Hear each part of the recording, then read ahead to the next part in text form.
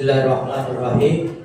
Assalamualaikum warahmatullahi wabarakatuh.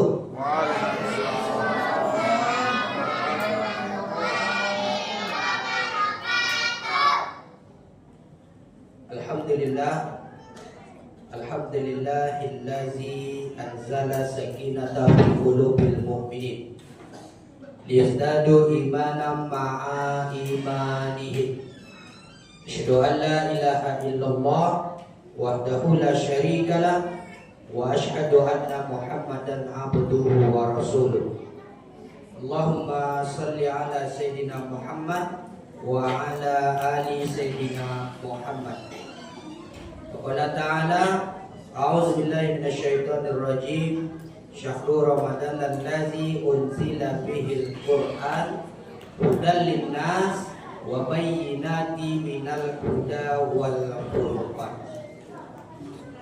Yang menghormati Ketua Masjid Nurul Jannah beserta pengurus, yang menghormati tokoh masyarakat, cerdik pandai, alim ulama, Bapak Ibu, anak-anak kami jemaah Masjid Nurul Jannah yang dirahmati Allah Subhanahu wa ta'ala. Pertama, tentu kita meningkatkan rasa syukur kita kepada Allah Subhanahu wa ta'ala karena begitu banyak nikmat yang Allah berikan kepada kita. Setiap waktu, setiap saat, setiap detik, bahkan kalau ada skala yang lebih kecil dari detik pun, kita tidak terlepas dari yang namanya karunia dan nikmat Allah Subhanahu wa ta'ala.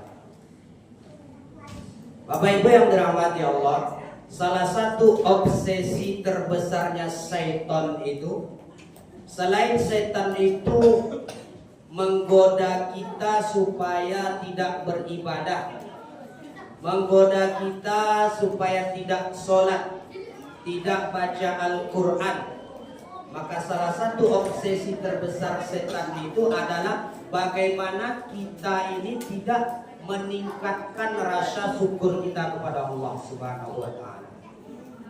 Karena setan tahu kalau hamba itu bersyukur, maka akan banyak terbuka pintu kebaikan. Begitupun sebaliknya, terjadinya hasad, dengki, iri hati, itu salah satu penyebabnya karena tidak bersyukur kepada Allah Subhanahu wa ta'ala. Apa kata Nabi?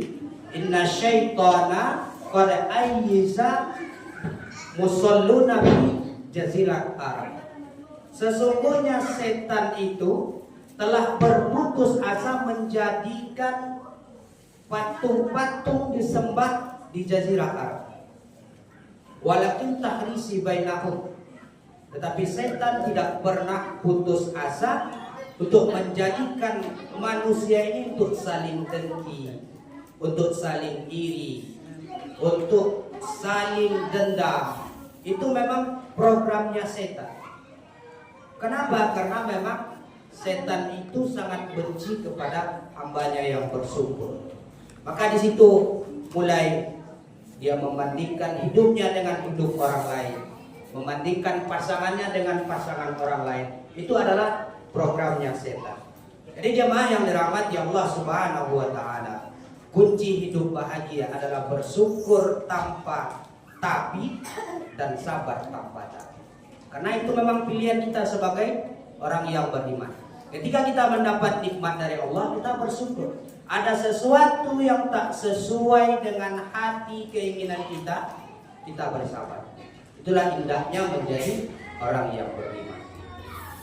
Bapak Ibu yang dirahmati Allah, kemudian berselawat kita kepada Sayyidina wa Maulana Muhammad sallallahu alaihi wasallam.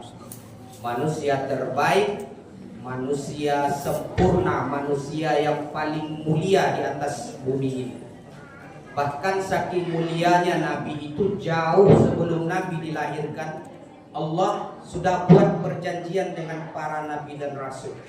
Itu disebutkan dalam Al-Quran, wa is akhazallahu mitsaqan nabiyyina lamma ataitukum minal kitab wal hikmah summa ja'akum rusulun musaddiqan lima ma'akum la tu'minun nabihi wa la tansuruna qala a'aqrartum wa akhaztum ala zalikum isri qalu aqrarna qala fashhadu wa ana ma'akum minasyahidin. Kata Allah, ingatlah ketika aku mengambil perjanjian dengan para nabi dan rasul setelah Allah datangkan kepada mereka kitab dan hikmah. Kemudian datang seorang nabi, seorang rasul membenarkan apa yang ada pada mereka. Apakah kalian akan benar-benar menolong dan beriman kepadanya? Kemudian Allah berfirman, qala a'aqrartum wa akhaztum ala zalikum isri. Apa kalian keberatan dengan perjanjian yang aku buat? Kata Allah. Para nabi itu menjawab, qalu aqrarna. Kami tidak keberatan ya Allah. Maka saksikanlah aku bersama kalian adalah yang menyaksikan. Jadi Bapak Ibu yang dirahmati Allah, mudah-mudahan kita yang hadir ini tetap istiqomah menjadi umatnya baginda Rasulullah Sallallahu Alaihi Wasallam sampai ke akhir hayat kita. Amin ya Rabbal Alamin. Bapak Ibu yang dirahmati Allah, malam ketiga Ramadan, judul kultum Ramadan kita adalah agar puasa kita tidak sia-sia. Agar puasa kita tidak sia-sia. Jemaah yang dirahmati Allah, ada amal yang sifatnya fisik, ada amal yang sifatnya harta, ada yang sifatnya hal. Maka puasa ini adalah amal yang agar puasa kita tidak sia-sia. Agar puasa kita tidak sia-sia. Jemaah yang dirahmati Allah, ada amal yang sifatnya fisik, ada amal yang sifatnya harta, ada yang sifatnya hal. Maka puasa ini adalah amal yang sifatnya fisik kita. Maka antara fisik dengan hati, antara amalan badan, amalan fisik dengan amalan hati itu harus saling bersesuaian. Sehebat apapun amalan fisik kita, tapi kalau hatinya tidak beres, tidak bagus, maka amalan fisik tadi akan sia-sia. Maka dalam hadis itu ada dikatakan, kam min shaimin laisa lahu min siyamihi illa ju' wal 'atas. Berapa banyak orang yang berpuasa, kata Nabi, tapi dia tidak mendapatkan apa-apa kecuali lapar dan haus saja. Jadi ini menjadi motivasi bagi kita Bapak Ibu yang dirahmati Allah. Apakah kita berpuasa dari subuh sampai maghrib itu diterima tidak oleh Allah Subhanahu wa Ta'ala? Itu haknya Allah. Kita berusaha sebaik mungkin memberikan ibadah untuk Allah. Maka yang pertama yang harus kita lakukan agar puasa kita diterima oleh Allah Subhanahu wa Ta'ala, maka perbaiki niat kita. Ini yang pertama, jemaah yang dirahmati Allah. Perbaiki niat. Niat itu letaknya di mana? Di hati. Berarti niat itu adalah amalan hati. Dalam hadis yang sering kita dengar, innamal a'malu binniyah wa innamal likulli imri'in ma nawa. Setiap amal perbuatan itu tergantung kepada niatnya, dan kita akan mendapatkan apa sesuai yang kita niatkan. Jadi bagaimana ini Bapak Ibu yang dirahmati Allah? Apakah betul amalan fisik kita itu tergantung dengan amalan hati kita? Maka dalam Sahih Muslim diriwayatkan di hari kiamat nanti ada 3 golongan yang dihisap pertama kali oleh Allah Subhanahu wa Ta'ala. Amalannya bukan main, luar biasa, bagus, berat fisiknya, tapi tidak diterima. Kenapa? Karena amalan hatinya tidak sesuai. Karena hati sebagai promotor, sebagai mesinnya, kalau mesinnya konslet, maka amalan-amalan yang lain itu akan ikut terbakar.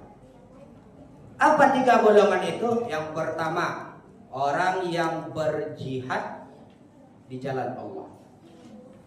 Seluruh hidupnya, selama hidupnya dihabiskan untuk berjihad di jalan Allah. Berperang sampai akhirnya dia meninggal. Syahid. Ketika di yaumil mahsyar dibangkitkan oleh Allah Subhanahu wa taala, dilihatkanlah pahala-pahala orang yang mati syahid itu. Kemudian Allah berfirman, apa yang kau lakukan? Hamba tadi menjawab, saya berjihad ya Allah. Saya berperang. Selama ini saya berjihad. Sampai akhirnya saya terbunuh. Untuk siapa kau lakukan? Untukmu ya Allah. Apa jawab Allah? Kadzabta, engkau bohong. Engkau berjihad agar kelihatan pemberani. Engkau berjihad agar supaya dipuji orang. Maka itu sudah engkau dapatkan di dunia, seret ke dalam neraka. Itu akibat hatinya tidak sesuai dengan apa yang Allah inginkan. Apa kurangnya jemaah yang dirahmati Allah? Berperang bukan main. Tidak ada mungkin orang sekarang yang mati seperti itu. Tetapi pengorbanan yang begitu besar, yang kurang hanya satu, ikhlasnya karena Allah Subhanahu wa taala. Ini ahli agama. Yang kedua, golongan yang kedua kata Nabi, orang yang pertama diputuskan nasibnya di hari kiamat itu adalah orang yang belajar agama. Termasuk para ustadz, para yang menghafal Al-Quran, para qori dan qori'ah. Begitu hebat pahalanya. Tapi ketika dibangkitkan oleh Allah, untuk siapa kamu lakukan? Untukmu ya Allah. Saya sudah berdakwah, saya sudah membaca, memahami Al-Quran dan mengajarkannya. Kata Allah, kadzabta, engkau bohong. Itu semua engkau lakukan supaya di dunia mendapat pujian dari orang.